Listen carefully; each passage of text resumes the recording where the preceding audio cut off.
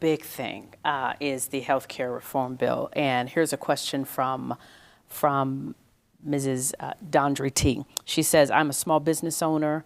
How does your precious health care program help me if I can't afford it for my employees or myself? She feels like what you all have put in place is really going to hurt her as a small business owner, is what I'm taking from that. Yeah, I mean, first of all, there's no hurt to her because she's a small business, so she doesn't have to provide health insurance if she doesn't want to. If she is providing so it's it, though, optional. It's optional and not mandated.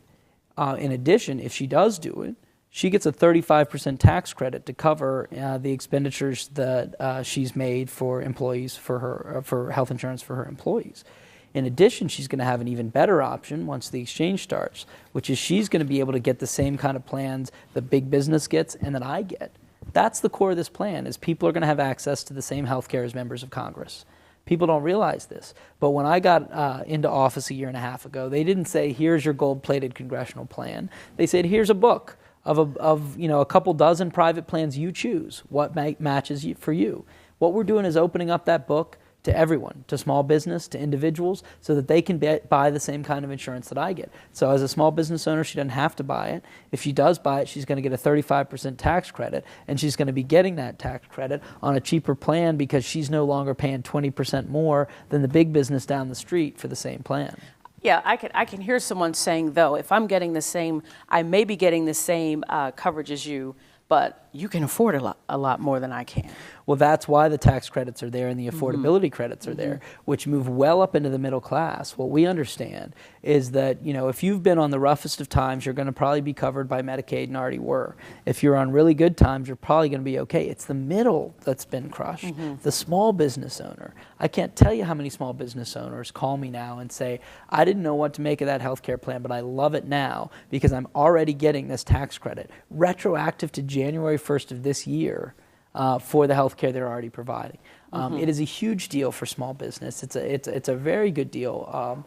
And that's why the more people understand these things, the more that they like them.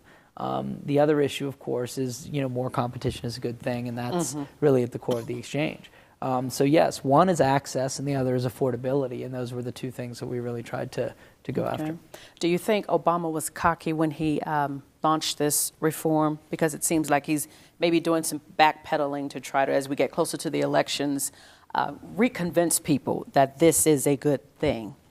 Well, I think he's a good man. I don't think he's motivated by cockiness. I think he genuinely understood that at our core, America has been getting out-competed. So to me, the reason to look at healthcare, energy, or stimulus, any of these things, is does it make us more competitive? And the truth is, we were paying so much more for healthcare than any other country, and we were putting that price tag on our businesses, which meant our businesses, when they sold a product, were internalizing all these healthcare costs that made them less competitive than the same product coming from Germany or from China. So I think at our core, what we understood was, we've got to outcompete the world. We're not going to do that without reducing healthcare costs and having a more competitive system. So no, I don't think it was ill-motivated. I don't think we did a great job of explaining the plan. I think that we could have used more leadership early on of saying, here's what the plan's going to be, rather than having it bounce through all the committee structures. But at the end of the day, I think the understanding was this isn't even just about the 30 million uninsured, though that's certainly a group that we care about. It's really about the people that already have insurance who are paying too much.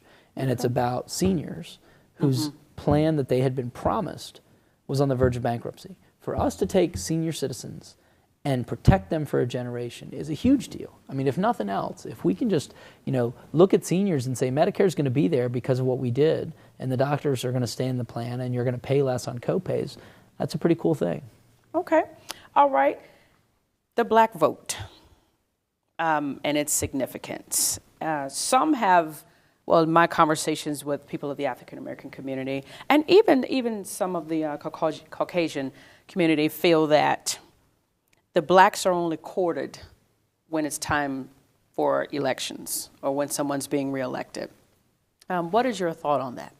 I think that has been the case too often. I don't think people accuse me of that because I've been here every weekend where we located our office, where I've shown up on, we've done so much work in the community here, including the African American community and around the district. This is, as I said at the beginning of our interview, I think this is the difference between people who just show up at election time and expect people to fall into line versus those of us who've really rolled up our shirt sleeves and gotten to work. I've done work just looking at the Charlottesville community. We've helped get funding for the Jefferson School, which has a long history in terms of the civil rights movement and wanting that $850,000, Yes. correct? Federal funding for that. And we've also worked a lot on public housing here and affordability. We've met multiple times with a group of ex-offenders on reintegration programs, second chance programs that are significant. We are looking, in my mind, when we talk about a recommitment to public education, that's something that affects people of all colors, but certainly for those who are likely to be using the public education system, the idea of making sure that every child has a chance to live up to their full potential, no matter what street in Charlottesville they were born on, is a fundamental principle in this country that we have to live up to.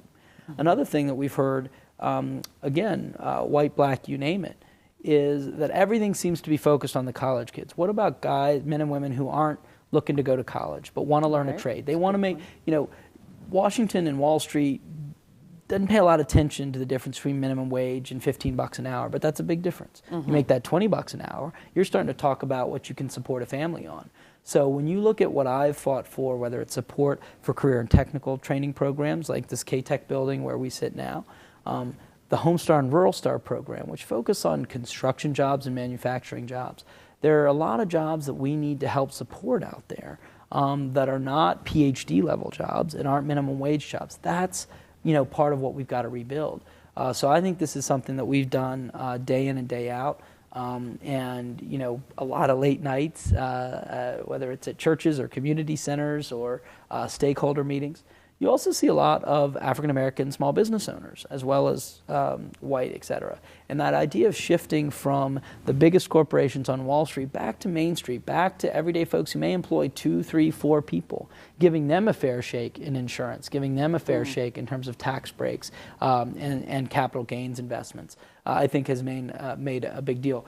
One of the reasons that I think I have not faced the problem that a lot of other Democrats have of the so-called enthusiasm gap is because some of those Democrats, expect the black community to rally for them every time, and then when push came to shove, people weren't there. Which was going to be my question: is the black vote at times taken for granted? I think it is, and the Latino vote, for that matter. Sure. And I think that, or the woman vote, or the senior vote, or you name it. But I think certainly within the African American community, maybe even more so in the South, there's been a tradition that people can just assume folks will show up and vote D.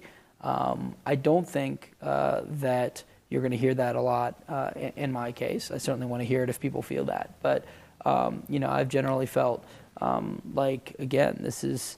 And what's interesting about this for me is that it's a little easier to do that if your entire congressional district is, say, a third of a city, which it is for some people, and not 9,000 square miles. Right. So, of course, there's not one monolithic African-American community, not even within Charlottesville, but certainly around Central and Southern Virginia. So the work it's taken to show up, all over, again, across the board. And so, I haven't taken for granted either the people that are likely to support me, nor have I dismissed the people who are not going to support me. To me, I've tried to show up for everyone.